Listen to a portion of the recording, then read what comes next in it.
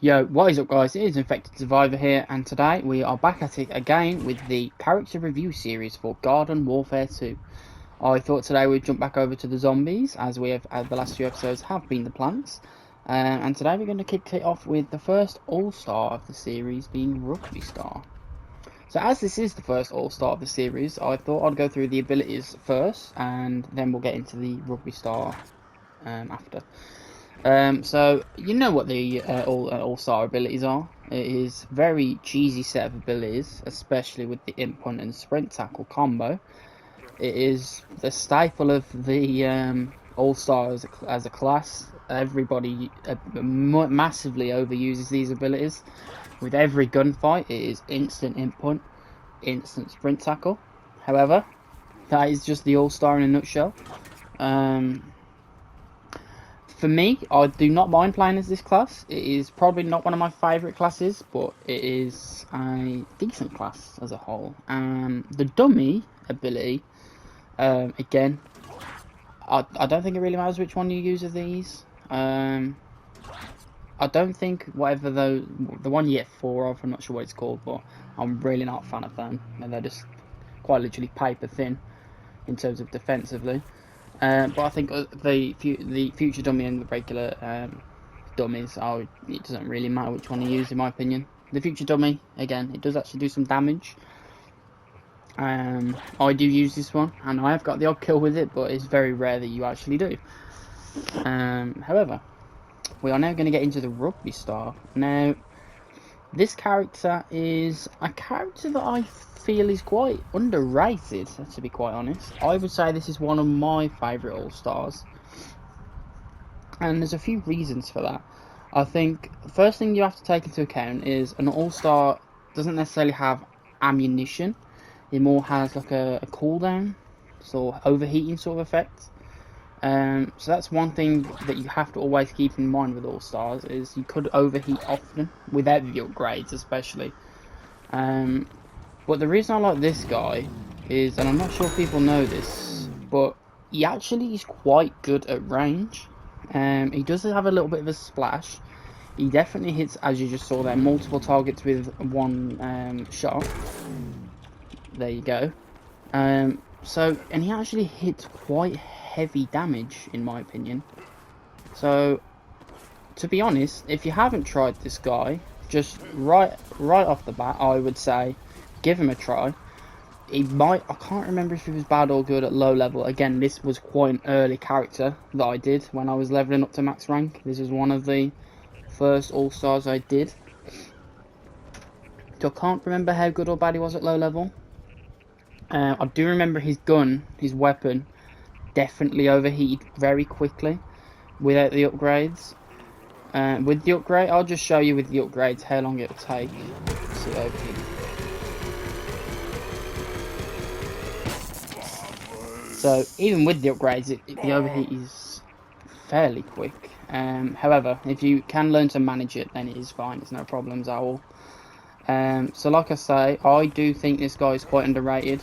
I don't think many people actually know how good this guy is. Like I say, I feel like his damage is quite good. Again, you've got the impunt and sprint tackle, so you can't really go wrong. I feel like all-stars by default are at least viable, just because of the abilities. It's pretty much just free kill central. You don't really have to stress about getting kills when you have the abilities. It just makes all-stars better as a whole.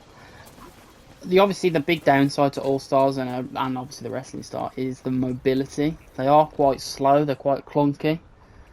They do have a lot of health, which is nice, but they are slow.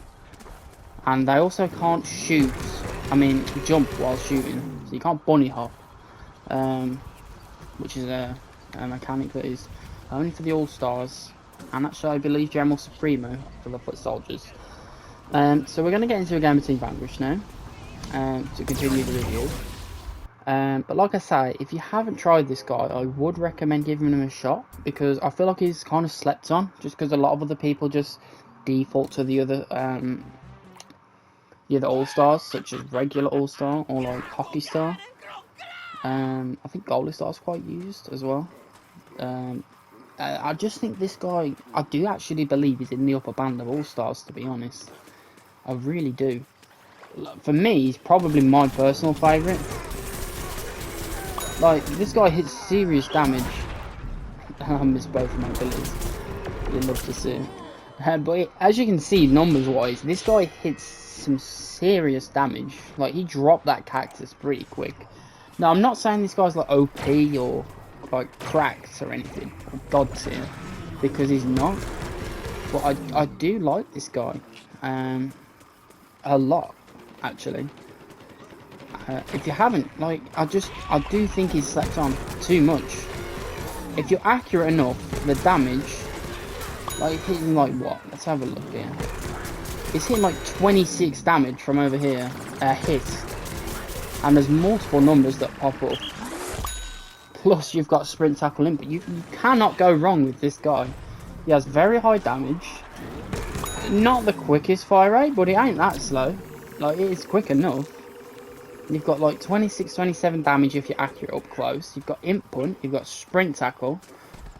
You've got the dummy that can block damage, or even do damage if you use this one. And you have 200 HP. Obviously the downsides are quite slow. Not really that mobile when shooting.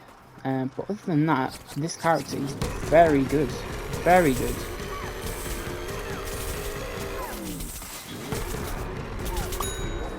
And one thing, if you didn't know, is, I mean, I would expect that you do know, however, you can manage the overheating of the all-star weapons by, like, just sort of shooting a little bit, because you can sort of hear when it's going to overheat. So just when that happens, you just stop, wait probably like a second or two, and then continue shooting, and just sort of repeat every time you're going to overheat.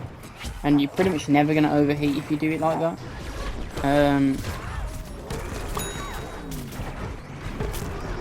So the overheating is very, very manageable.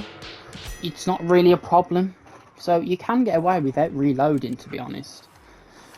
And I think the reason that this guy, in my opinion, is better than a lot of the all-stars is because at range, all-stars aren't the best, in my opinion. I just think that at range, most of them are either going to be doing very small amounts of damage, or just aren't going to be accurate enough at longer distances.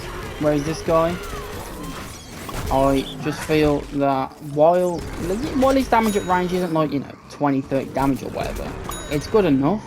And the fact that it has a slight bit of splash on it, that you can just sort of sit a little while back and still get some decent damage out there. And I just think a lot of all-stars can't do that. Oh, let's try and hit these people from over here. Like, he's still hitting like 13, 17, I think I just saw that. He still hits 17 damage from that far. And that's quite far, and I feel like a lot of all-stars would just be hitting like 3 damage, and that's horrific. That is not good at all. Now, I think, again, there are better all-stars than this guy. I'm not saying he's the best all-star in the game. I just think that he is very, very, very usable, however. And I don't see this character get used often, to be fair. And I do feel that he deserves a bit more appreciation, because I feel like it's very underrated. So I would recommend you give him a shot. His overheat, I think, is going to be a big problem without the upgrades. I'm assuming I have the upgrades on. We'll have a check now what upgrades he does get.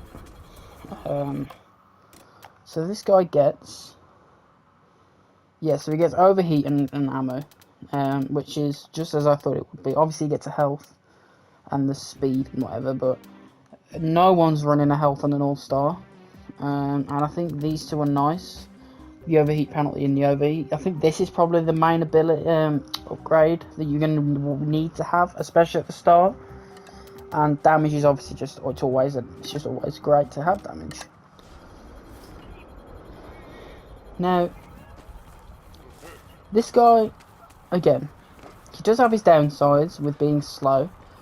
Like I said, the overheat is quite quick, even with the upgrade, so you have to be managing that in order to make it more effective.